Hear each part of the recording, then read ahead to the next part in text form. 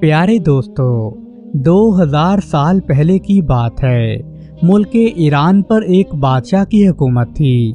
बादशाह के सिर्फ 2 ही बच्चे थे, एक बेटा था और दूसरी बेटी थी। दोस्तों, बादशाह ने बेटे का नाम बिशारत रखा था और बेटी का नाम जीनत था। बादशाह और मलका अपने बच्चों से बड़ा प्यार करते थे, उनकी हर ख्वाहिश को पूरा करते और हर तरह से उनके आराम का ख्याल रखते।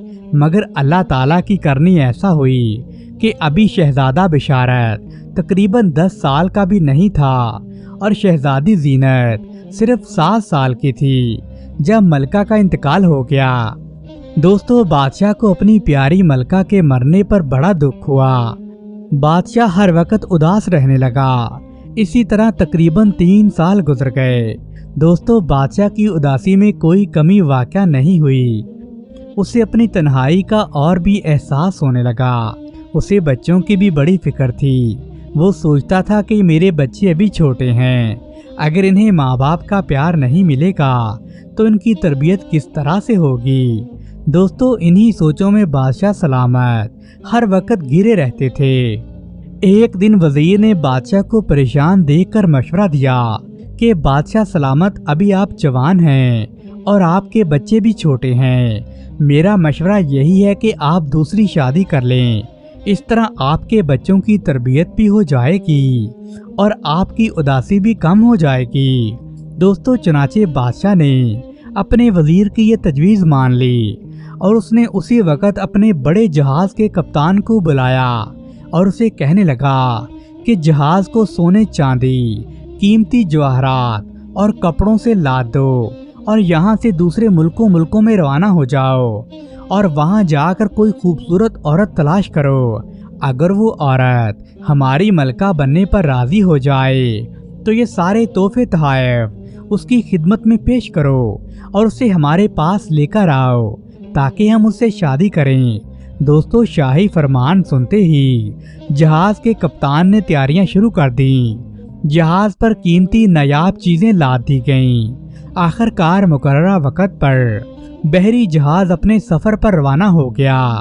जहाज बीचों बीच समंदर में चल रहा था कि यकायक तेज आंधियां चलने लगी। गहरे बादल छा गए। दोस्तों, समंदर की लहरें इतनी ऊंची थी कि आसमान से बातें करने लगी। जहाज तो बेचारा समंदर की लहरों में ऐसे हचकोले खाने लगा कि अभी उलट जाएगा।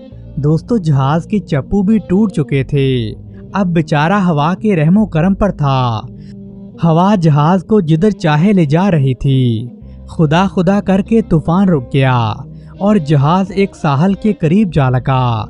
दोस्तों, कप्तान ने लंगर डाले और वो मालूम करने लगा कि ये कौन सी जगह है और जहाज कहाँ आकर रुका है, ताकि उसे पता चले कि बादशाह के लिए किसी मलका के मिलने के इम्कान यहाँ पर मौजूद हैं भी या नहीं। दोस्तों, दूर दूर तक आबादी का नामो निशान भी नहीं था। उसे तो कोई आदमी भी नजर नहीं आया। थोड़ी दूर और चलने के बाद उसे एक छोटी सी झोंपड़ी नजर आई। कप्तान ने झोंपड़ी के दरवाजे पर दस्तक दी। दोस्तों, दस्तक की आवाज पर एक बूढ़ी औरत बाहर आई। उसने कहा, बेटा, मैं अंधी हूँ, मैं तुम्हें नहीं देख सकती। तुम ये करो, तुम मुझे बताओ तुम कौन हो और मेरी कुटिया में क्या लेने आए हो।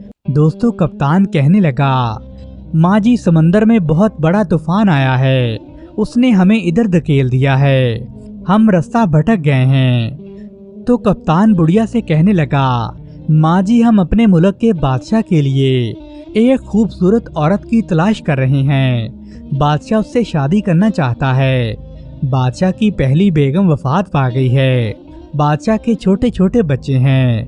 दोस्तों, गर्ज ये उसने सारी कहानी इस बुढ़िया को बता दी। तो बुढ़िया आगे से कहने लगी, बेटा, इस जजीरे पर तुम्हें ऐसी कोई औरत नहीं मिलेगी। हाँ, तुम ऐसा करो, एक और जगह है, तुम वहाँ चले जाओ। कप्तान कहने लगा, माँ जी, मेरा जहाज तो टूट गया है। मेरे आदमी उसकी मरम्मत कर रहे हैं। क्या मैं आज रात आपकी झोंपड़ी में गुजार सकता हूँ? दोस्तों, कप्तान ने बुढ़िया से दरख्वास्त की थी। बुढ़िया कहने लगी, बेटा, मेरी झोंपड़ी में इतनी गुंजाइश नहीं।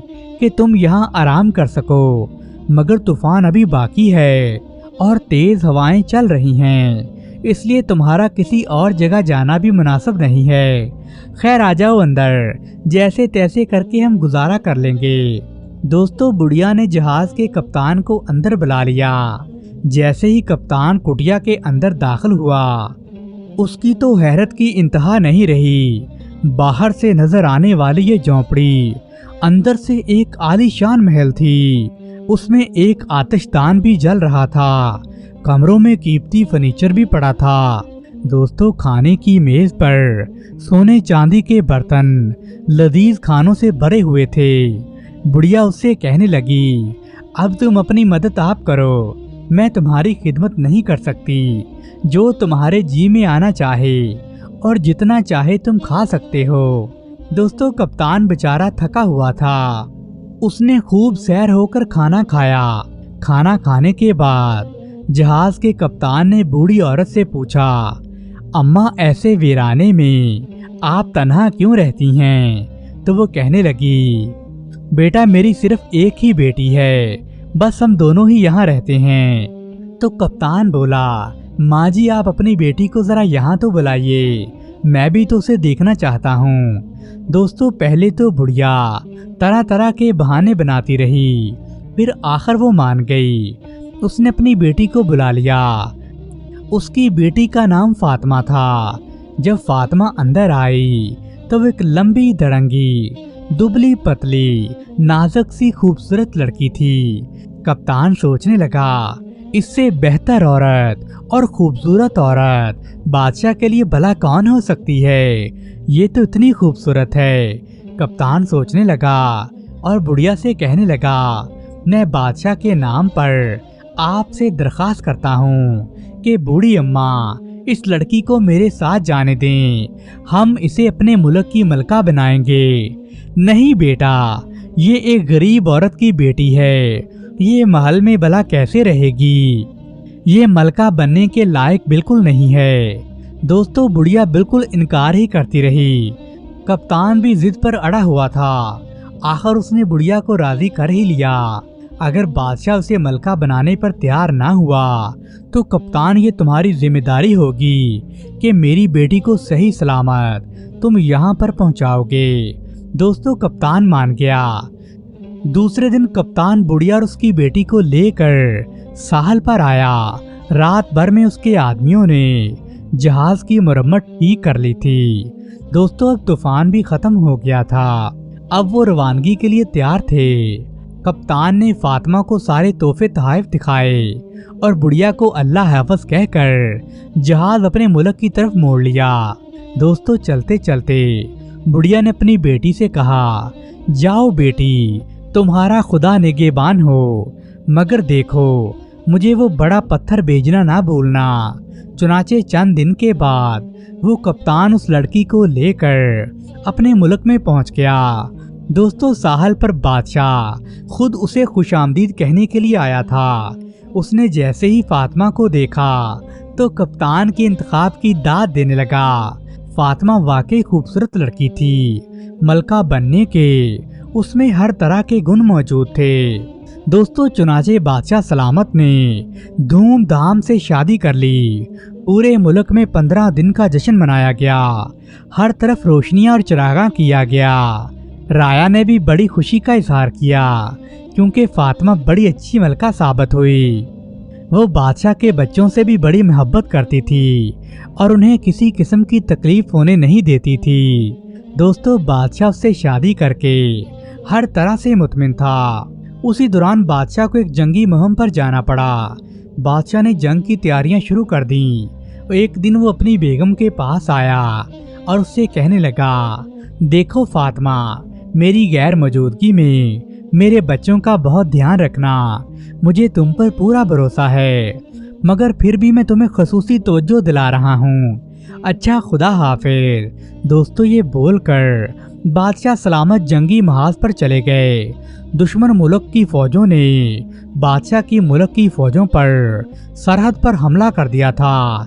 इधर फातिमा बच्चों की देखभाल कर रही थी ان کی ہر خواہش کو پوری کرتی، ان کے ساتھ کھیل کود میں لگی رہتی، ان کی تعلیم و تربیت میں وہ ذرا بھی کسر نہیں چھوڑتی تھی۔ دوستو جب کبھی تفریح کے لیے نکلتی تو بچوں کو بھی ساتھ لے کر جاتی تھی۔ ایک دن کا واقعہ ہے جب آسمان بالکل صاف تھا اور ٹھنڈی ٹھنڈی ہوا چل رہی تھی۔ یہ سب لوگ ساحل سمندر پر تفریح کرنے گئے ہوئے تھے۔ دوستو بچے تو ساحل پر کھیل رہے تھے۔ فاطمہ کہنے لگی، بیٹا تم ایسے کرو، تم سیپیاں اٹھا کر لے کر آؤ، آج میں تمہارے لیے 2 خوبصورت تاج تیار کر دوں گی۔ دوستو بچوں نے چھوٹی چھوٹی سیپیاں تلاش کرنا شروع کر دیں تو ملکہ نے ان کے تاج بنانا شروع کر دیے اور تاج بنا کر بچوں کے سر پر رکھ دیے۔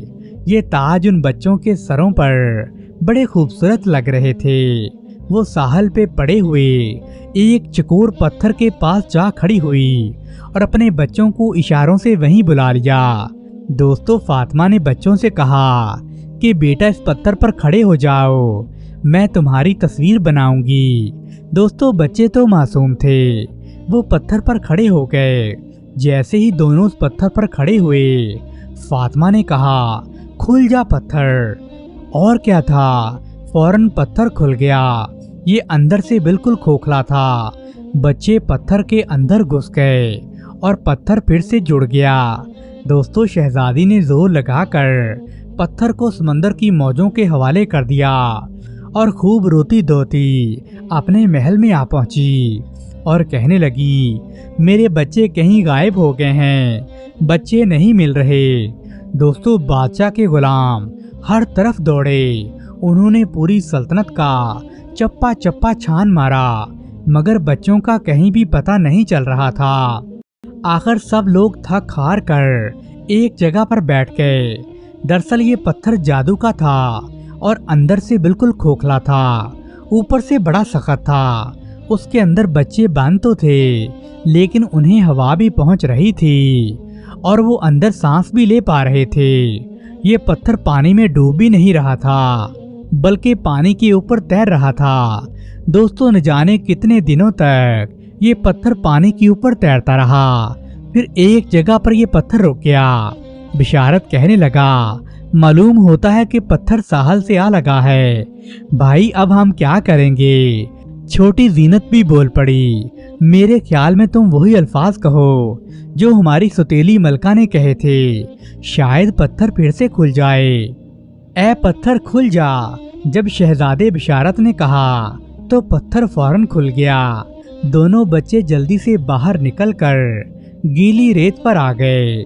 وہ ساحل پر کھڑے تھے اور دور دور تک کسی بستی یا جاندار کا نشان باقی نہیں تھا۔ اب ہمیں اپنے لیے گھر بنانا ہوگا، شہزادے بشارت نے کہا، اور وہ قیام کے لیے کوئی مناسب جگہ ڈھونڈنے لگا۔ آخر اسے بلندی پر ایک چھوٹی سی مناسب جگہ بھی مل گئی۔ دوستو اتفاق سے شہزادے کے پاس 3 چیزیں باقی تھی۔ ایک چھوٹا سا چاقو تھا، ایک بانسری تھی اور ایک چھوٹی سی بندوق تھی۔ بس بلندی پر مناسب جگہ مل گئی۔ بس یہ 3 چیزیں ان چھوٹے بچوں کا سہارا تھیں۔ دوستو چاقو کی مدد سے شہزادے نے لکڑی کے نوکدار ٹکڑے اکٹھے کیے، انہیں ریت سے خود کو چاروں طرف سے احاطہ کر لیا۔ پھر وہ ادھر ادھر غار سے خاردار جاڑیاں بھی کاٹ لایا۔ انہوں نے اپنے ننھے گھر کی دیواریں اور چھتیں بھی تیار کر لیں۔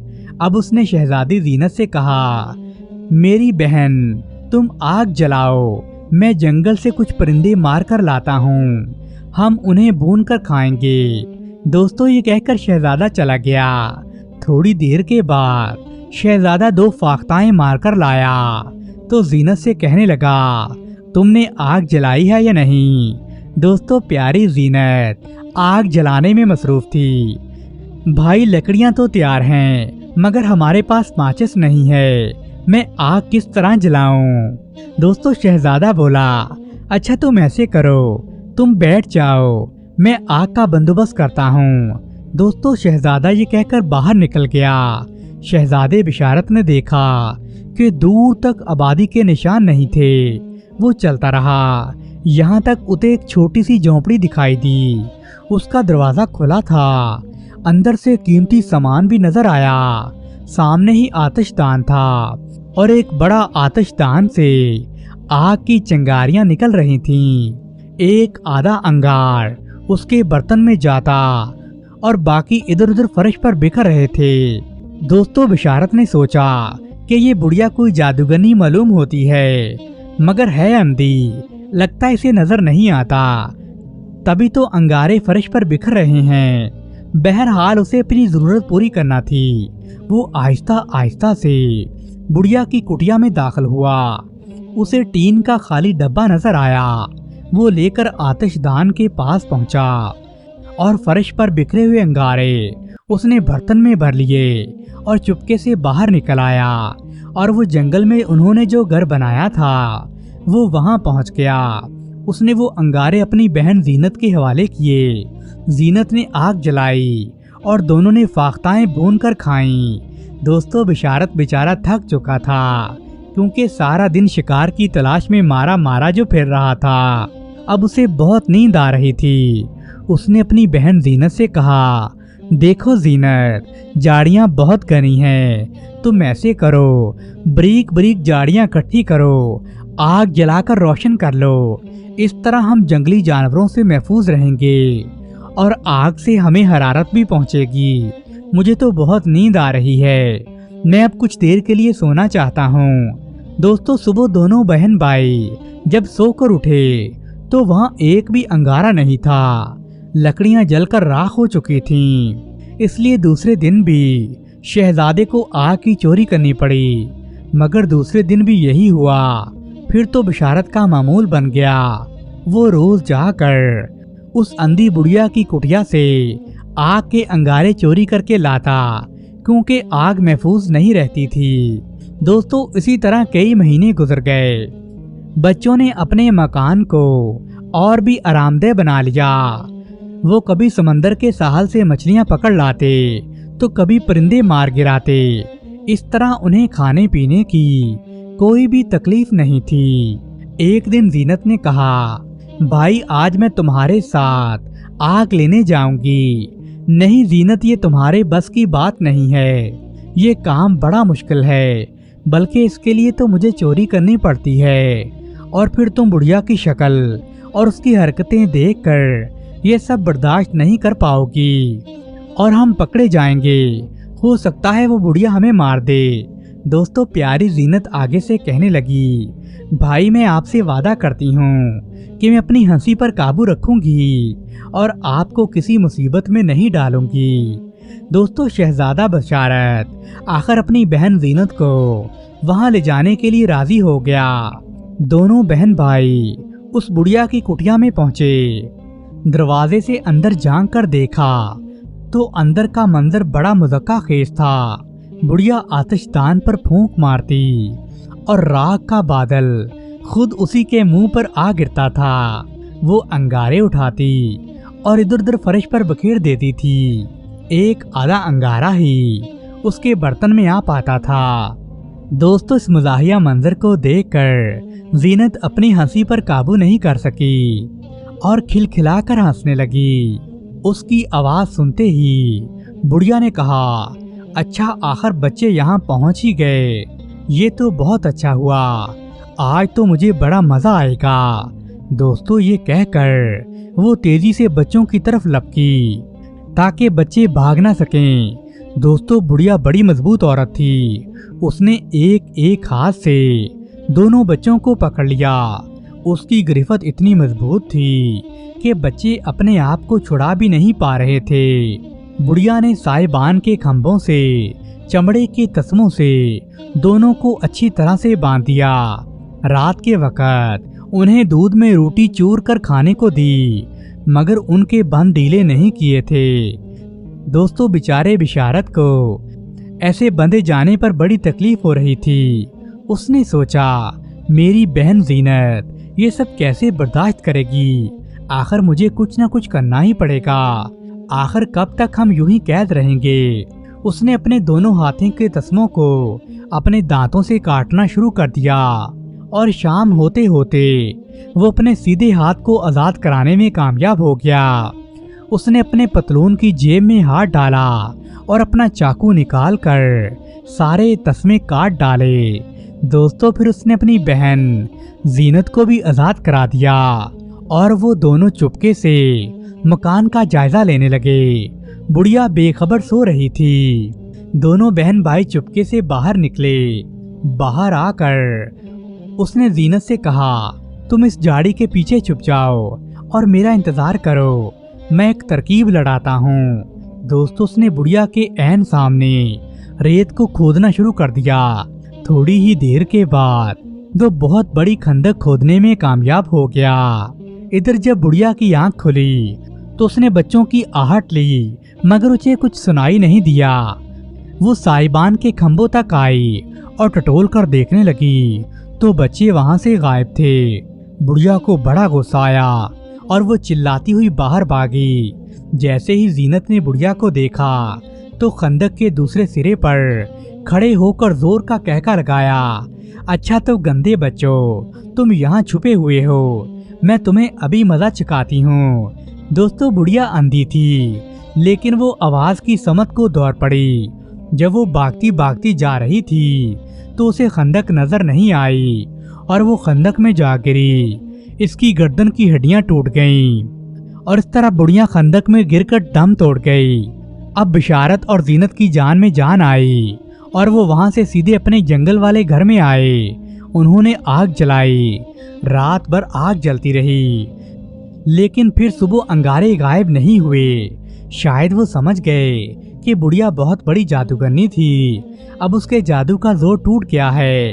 مگر بچے اس ویرانے سے اور بھی گھبرا رہے تھے۔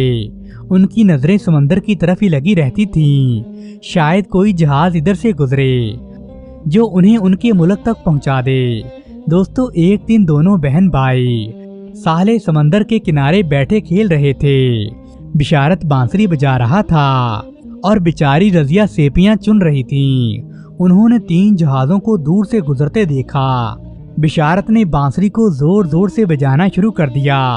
دوستو شاید جہاز بان کی نظر ان پر پڑ گئی تھی۔ جہاز ساحل کی طرف تیزی سے بڑھنے لگا۔ یہ ایک بہت بڑا جنگی جہاز تھا۔ دوستو اس جہاز پر ان دونوں بچوں کا باپ یعنی بادشاہ سلامت موجود تھے۔ بادشاہ جب سے بچوں کے غائب ہونے کی خبر سنی تھی، بادشاہ اپنے بچوں کی تلاش میں جہاز پر مارا پھر رہا تھا۔ جب بادشاہ نے بچوں سے پوچھا کہ میرے پیارے بچوں، آخر تم اس حال تک کیسے پہنچے، تو بچوں نے ساری کہانی سنا دی۔ دوستو بادشاہ کو یہ سن کر بہت زیادہ غصہ آیا۔ اس نے طے کر لیا کہ وہ اپنی ملکہ کو ضرور سخت سزا دے گا۔ تھوڑے دنوں کے بعد بادشاہ اپنے واپس ملک پہنچ گیا۔ دوستو جیسے ہی ملکہ نے بچوں کے بادشاہ کے ساتھ دیکھا تو فوراً اس کے قدموں میں گر پڑی اور گڑ گڑانے لگی اور کہنے لگی، دراصل وہ بڑھیا میری ماں نہیں تھی، وہ ایک طاقتور جادوگرنی تھی۔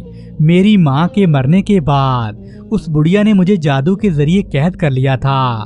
اب مجھے جو بھی وہ حکم دیتی تھی مجھے وہ کرنا ہی پڑتا تھا۔ بادشاہ سلامت، آپ بہت اچھے ہیں، آپ کے بچے بھی بہت اچھے ہیں، لیکن میں آپ سے معافی مانگتی ہوں، میں نے یہ جان بوجھ کر نہیں کیا، خدارا مجھے معاف کر دیجئے۔ دوستو جب بادشاہ نے اس خوبصورت ملکہ کی ساری کہانی سنی تو بادشاہ کو اس پر بڑا رحم آیا۔ بادشاہ نے اسے معاف کر دیا اور بادشاہ نے اسے بتایا کہ پیاری ملکہ، اب وہ بڑھیا جادوگرنی ہلاک ہو گئی ہے، اب اس کے جادو کا زور ٹوٹ چکا ہے، اب تم بھی آزاد ہو۔ دوستو اس طرح بادشاہ ملکہ، بشارت اور شہزادی زینت ہنسی خوشی رہنے لگے۔ پیارے دوستو، اگر آپ کو یہ کہانی اچھی لگی ہے تو ویڈیو کو لائک کریں اور اپنے دوستوں کے ساتھ شیئر کریں۔ شکریہ۔